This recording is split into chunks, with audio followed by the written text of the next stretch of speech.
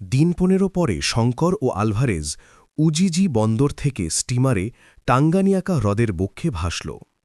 হ্রদ পার হয়ে অ্যালবার্টভিল বলে একটা ছোট শহরে কিছু আবশ্যকীয় জিনিস কিনে নিল। এই শহর থেকে কাবালো পর্যন্ত বেলজিয়াম গভর্নমেন্টের রেলপথ আছে।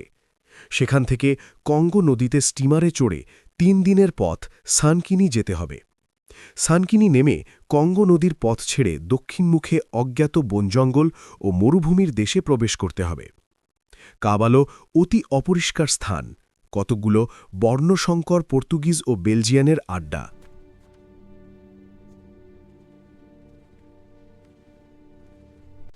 Looks like she's ready to go. Indeed. Safe travels. The train's late again. We can't afford delays. Patience. The tracks are rough in this heat. Patience be damned. Keep alert. We can't be seen. Understood. The train leaves soon. Here. The river crossing. The terrain looks difficult. We'll go around to the east. Yes, I agree.